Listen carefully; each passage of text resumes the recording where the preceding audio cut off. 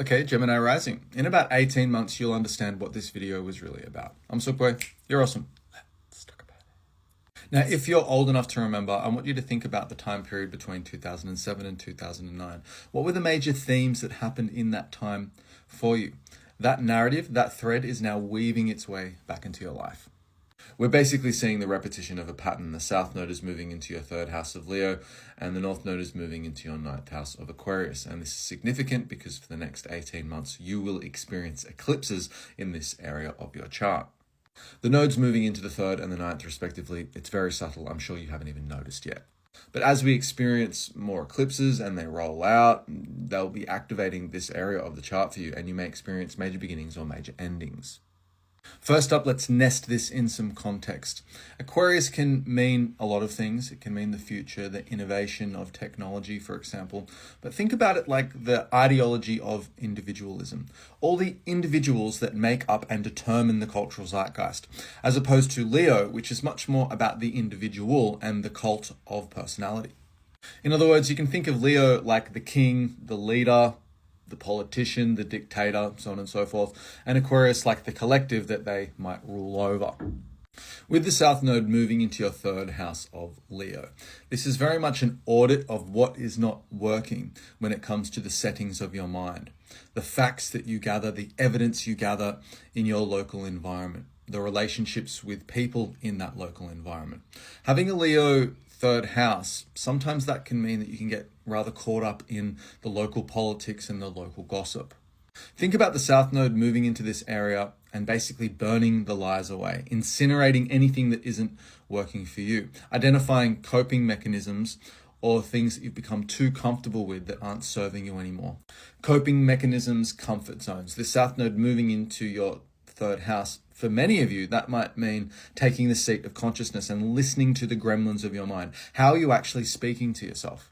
For many of you, it could be getting a little more critical about the kinds of conversations you have on a daily basis and whether or not you've surrounded yourself in your immediate environment, at least, with people that are in your corner, that actually are aligned with your thought process and the way you see the world. Now, this third house is also representative of your siblings and extended family, so you could see some shifts in the way they operate on a daily basis or in their local environment as well. Now, as a Gemini rising, you're extraordinarily gifted with communication. That's your thing. You're ruled by Mercury. Mercury rules the mind. Leo is all about stepping into your own sovereignty and authority. So in this time, you might understand that your words hold weight. The South Node wants to cut away the clutter. What are you prioritizing that just isn't important when it comes to what's laying heavy in your thought process? It wants to refine your ideas. It wants to refine your thought process and prioritize who you're talking to and what you're talking about.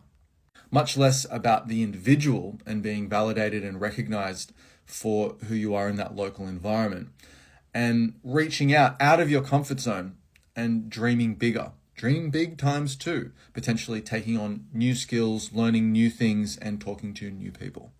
In a more literal sense, you could find yourself very restless with your local environment, that suburb you grew up in or that suburb you've lived in for a very long time, and you have some kind of wanderlust and you want to expose yourself to different countries and different cultures, so on and so forth.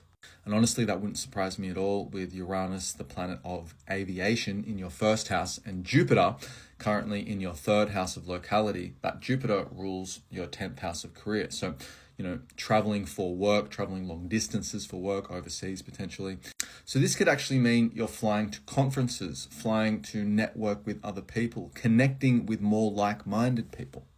The next thing I want to talk about is Saturn. It's in your 11th house of Aries, and it's actually ruling Aquarius, so it's ruling the direction that you're headed. And this is all about finding your tribe, This 11th house is how you network. As I said, you might find yourself at conferences, public speaking at conferences, finding your tribe that align with your worldview. And they might not necessarily be the people that you grew up with or your siblings or your extended family or those localized friends. They might have a more broader, widespread reach, and you might have to access them online on different social media platforms, so on and so forth.